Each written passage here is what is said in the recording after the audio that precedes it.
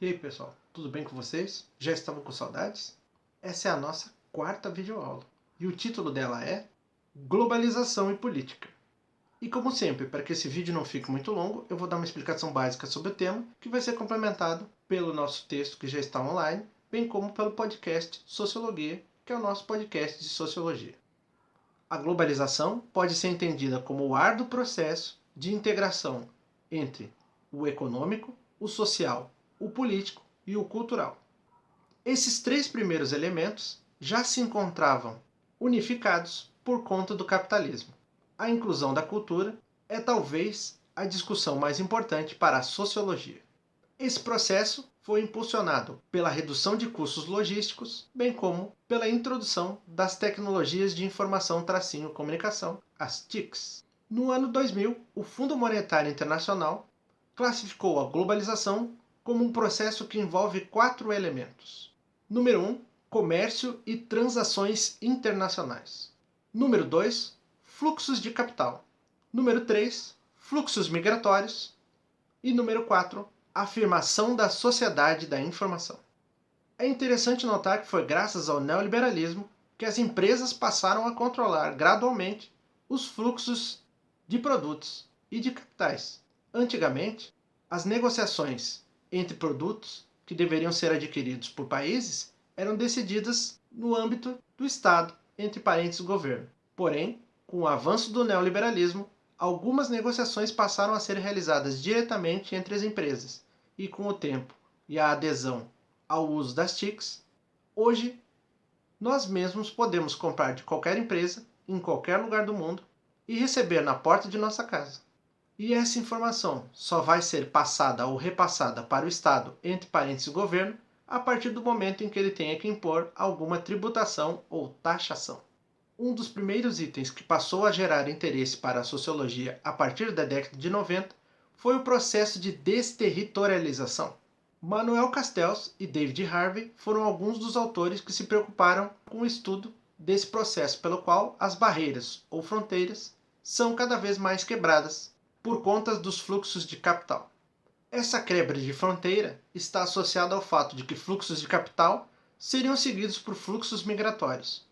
E a partir daí haveria uma transformação nos núcleos ou espaços de poder dentro dos estados, entre parênteses governos. Estados, entre parênteses governos, ou nações que antigamente não possuíam importância econômica, poderiam, graças aos fluxos de capital e fluxos migratórios, passar a ser grandes potências do mundo. No entanto, por mais que possamos reconhecer o aumento nos fluxos de capital, a desterritorialização foi algo que efetivamente não aconteceu. Ao contrário, alguns países até criaram muros, sejam físicos, sejam ideológicos, sejam morais, para a entrada de fluxos migratórios. E em alguns casos ocorreu até mesmo a separação étnica ou o isolamento étnico, e ainda divisões sociais baseadas nesse isolamento ou nessas restrições étnicas.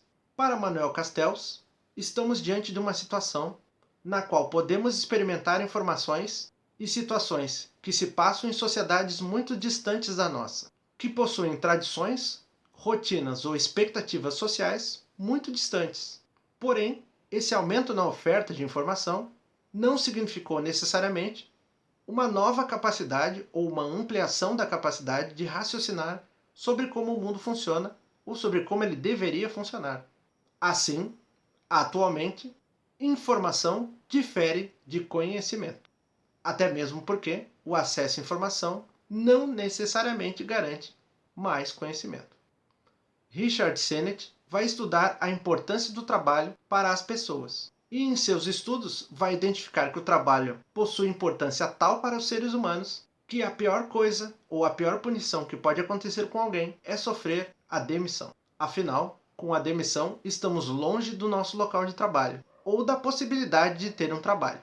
Dessa forma, vai ocorrer uma espécie de perda de referências. A essa perda de referências associada à perda do trabalho, Richard Sennett vai chamar de deriva social. A ampliação no uso das TICs tornou relevante a ideia de propriedade intelectual.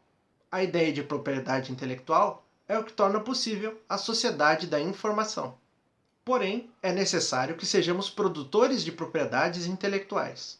Afinal, se não produzirmos propriedades intelectuais, iremos acabar sendo apenas consumidores de propriedades intelectuais.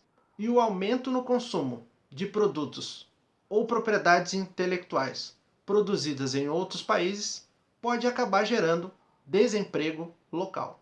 Afinal, se estamos procurando um preço menor daquele produto que precisamos e o encontramos em empresas que produzem em outro país, estamos garantindo que esses processos produtivos em outros países continuem a existir, enquanto a indústria nacional pode acabar desaparecendo.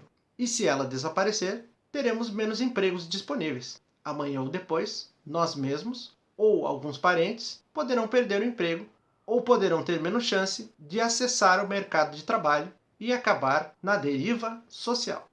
E essa foi a nossa videoaula de hoje, pessoal. Só para lembrar, as informações contidas nessa videoaula são complementadas pelo nosso podcast Sociologia, bem como pelo texto que já se encontra no sistema. E se você tiver alguma dúvida sobre o texto, sobre a videoaula ou sobre o conteúdo do podcast, pode perguntar. Prometo que eu respondo o mais rápido possível. Nos vemos na nossa próxima videoaula. E lembre-se, se possível, fique em casa. Até semana que vem, pessoal.